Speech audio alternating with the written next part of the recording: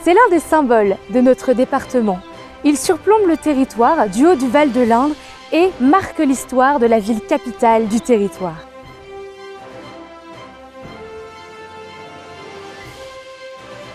Construit en l'année 937, d'abord pour protéger l'abbaye de Déol, il était et demeure encore aujourd'hui un lieu de pouvoir de notre département, un lieu où se croisent les époques et les histoires.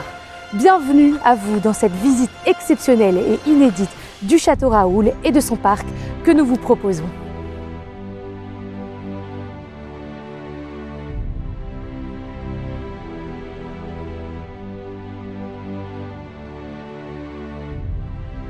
Bonjour à tous et à toutes et bienvenue dans ce nouvel épisode d'Au centre de la question. Aujourd'hui, avec l'aide de deux experts historiques, nous vous proposons une visite exceptionnelle et inédite du château Raoul. Il a traversé l'histoire, il est l'un des symboles de notre département, de nombreuses personnalités y ont habité. Plongez avec nous dans les coins et les recoins de cette demeure historique. Venez avec nous découvrir le château Raoul. Très bonne visite.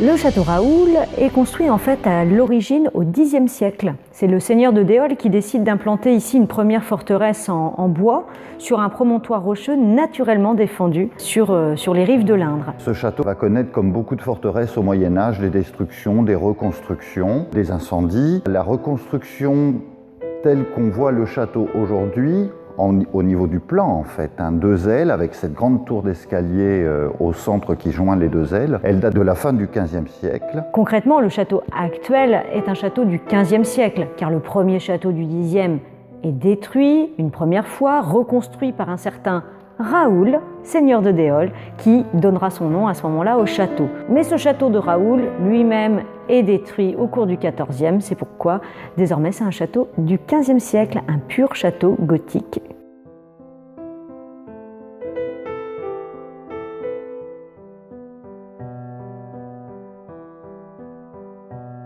Le château Raoul du XVe siècle, c'est le château des seigneurs de Chauvigny, une puissante famille à l'échelle locale. Celui qui reconstruit le château sous la forme actuelle, c'est Guy III de Chauvigny. Il est peu connu dans les livres d'histoire, il faut dire ce qu'il y est, mais pour autant, c'est un personnage qui a marqué son temps, qui a combattu aux côtés du roi Charles VII. C'était également un preux chevalier, comme on en avait à l'époque médiévale, un proche de Jacques Coeur, le grand financier du roi. Cette dynastie très importante des Chauvigny, notamment Guy III de Chauvigny, qui a été vraiment le militaire, le seigneur, tel qu'on peut l'imaginer au Moyen-Âge, qui est très à l'écoute des révolutions de son époque et en matière d'architecture, puisqu'on est ici à Château Raoul. On voit qu'on est sur un logis seigneurial de la fin du Moyen-Âge.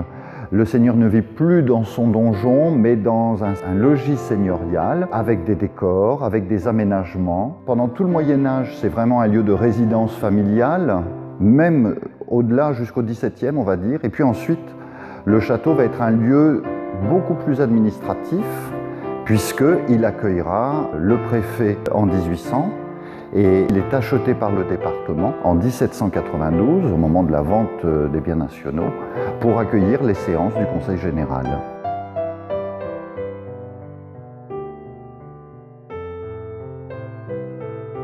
Claire Clémence de Maillé-Brézé, c'est une nièce de Richelieu et qui épouse donc le Grand Condé, celui qui a tant combattu Louis XIV au moment de la Fronde. Le prince de Condé, c'est un des cousins du roi de France. En fait, il va peu résider dans sa demeure provinciale de Château Raoul. Par contre, il y enferme sa femme. Bon, c'est un mariage, comme on dit, arrangé. Hein. Bon, voilà, on ne fait pas toujours ce qu'on veut dans la vie. Et du coup, lorsqu'elle est mêlée plus ou moins à des intrigues à Versailles, son mari considère que, hop, on va l'expédier à la campagne et elle va passer les 25 dernières années de sa vie ici. Une femme qui a malheureusement pas franchement choisi d'avoir vécu ici et qui a subi les décisions de son mari et de son fils. Au XVIIIe siècle, Château Raoul va passer dans le domaine royal et Louis XV va attribuer la terre de Châteauroux à l'une de ses favorites, la marquise de Tournelle, et qui prendra, elle, le titre de duchesse de Châteauroux. Alors ça ne lui a pas porté bonheur parce que je crois que 6 mois plus tard, elle mourrait. Le général Bertrand est né ici à Château-Raoul et puis il est mort après tous ses voyages aux côtés de Napoléon à quelques centaines de mètres dans son hôtel particulier de l'hôtel Bertrand. Henri Gatien Bertrand est né au Château-Raoul car c'était le logement de fonction, on pourrait dire, de son père, Henri Bertrand, qui était surintendant de la royauté et qui gérait l'administration à l'échelle locale. On a encore la chance d'avoir un château public et on a encore la chance d'avoir cet édifice qui donne encore la majestuosité de ce qu'étaient ces châteaux défensifs et à la fois porteurs de toute l'importance de la seigneurie à l'époque médiévale. Ce château finalement, même si on en a perdu une grosse partie, même s'il a été fortement modifié à travers le temps, conserve l'allure majestueuse des châteaux médiévaux et qui allie surtout à la fois l'aspect défensif à l'aspect décoratif qui montre la puissance du seigneur local. Venir à Château-Raoul, c'est un moyen aussi d'avoir un autre regard sur la ville et en particulier sur l'extérieur de la ville. Tous les étés, depuis plusieurs années, le conseil départemental, en partenariat avec l'office de tourisme, propose des visites guidées de ce château.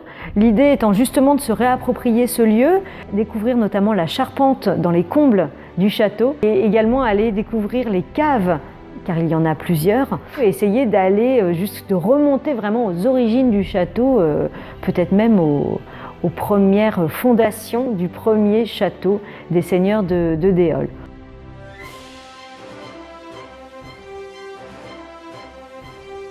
Alors le canoë-kayak club de Châteauroux, c'est un club sportif où nous pratiquons le kayak et le canoë. Le club de Châteauroux, on pratique bien sûr la randonnée, où on fait découvrir Châteauroux par sa rivière.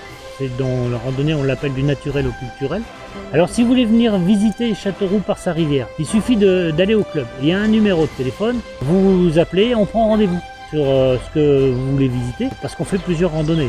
Celle qui est le plus demandée et la plus intéressante, c'est la découverte de Châteauroux par sa rivière, de cette randonnée qui s'appelle du culturel au naturel.